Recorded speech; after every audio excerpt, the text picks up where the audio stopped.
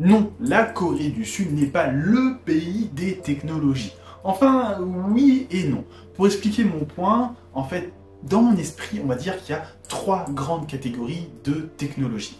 Premièrement, on va dire les hautes technologies et les innovations. Là-dessus, la Corée du Sud est, il faut l'avouer, très forte. Tout ce qui va être 5G, les grands énormes écrans qui vont même être curvés et suivre la forme d'un bâtiment, ça oui. Non, pareil, il y a tout un tas d'innovations, je ne vais pas toutes les lister, mais si vous cherchez, il y a beaucoup d'innovations qui sont faites et qui sont créées plutôt en Corée du Sud. Donc ça, là-dessus, la Corée est très forte. Le problème, c'est que c'est pas dans ta vie de tous les jours. La 5G, par exemple, à l'heure actuelle, ça sert à rien. Clairement, avoir un peu plus de débit pour regarder un stream, c'est pas très utile. Mais bon, alors, la critique, elle est facile sur la 5G parce que faut l'utiliser pour que dans 5-10 ans, ce soit vraiment ancré dans notre quotidien. Mais, tu vois, toutes ces technologies, elles sont nouvelles, elles sont bien faites, elles sont vraiment bien créées par la Corée, mais c'est un effet waouh et derrière il n'y a rien. Parce que qu'il y ait un écran géant, plasma, un truc du turfu juste à côté de Gyeongbokgung, bah c'est bien, je suis content, mais ça change rien du tout à ma vie. La deuxième catégorie, ça va être les applications. Et là, on pourrait faire une confusion assez simple. Il ne faut pas confondre l'application en elle-même et le service qui va avec. Sur les services, oui, je pense qu'on peut quand même facilement affirmer que la Corée est meilleure que ce que nous, on propose en Occident et notamment en France.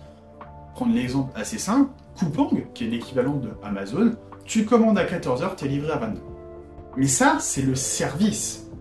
Sur l'application en elle-même, d'un point de vue technique, la Corée n'est pas supérieure à ce qu'on propose en Europe, peut-être même inférieure. Et sur le point de vue expérience utilisateur, moi personnellement, je préfère quand même à l'heure actuelle encore ce qu'on propose nous en Europe.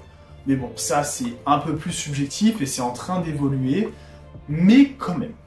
Et la dernière catégorie, ce qui est celle qui est pourtant le plus utilisée, et c'est là où c'est vraiment catastrophique, les sites internet.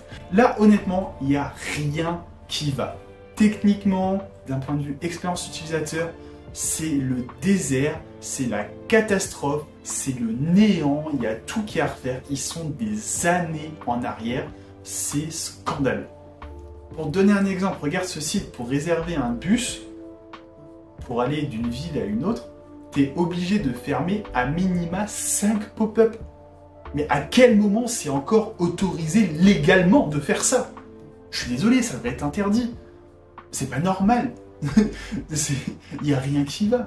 Alors c'est pas très grave, on est d'accord. Mais c'est quand même casse-couille. C'est pareil, il y a un nombre de sites énormes qui ne sont pas du tout optimisés pour les téléphones. Si tu vas dessus avec ton téléphone, tu peux pas l'utiliser, c'est imbitable. Donc la Corée est un pays des technologies, mais des hautes technologies, des innovations, mais n'est pas vraiment un bon pays pour les techniques, les technologies que tu utilises au quotidien. Et j'avoue que c'est assez paradoxal. Et encore, je suis très gentil, parce que je n'ai même pas parlé des obligations gouvernementales pour l'espionnage du gouvernement, on va dire, qui consiste à t'obliger à t'identifier des processus ultra chiants, ultra casse-couilles, surtout quand tu es étranger, dès que tu veux t'inscrire sur un site internet.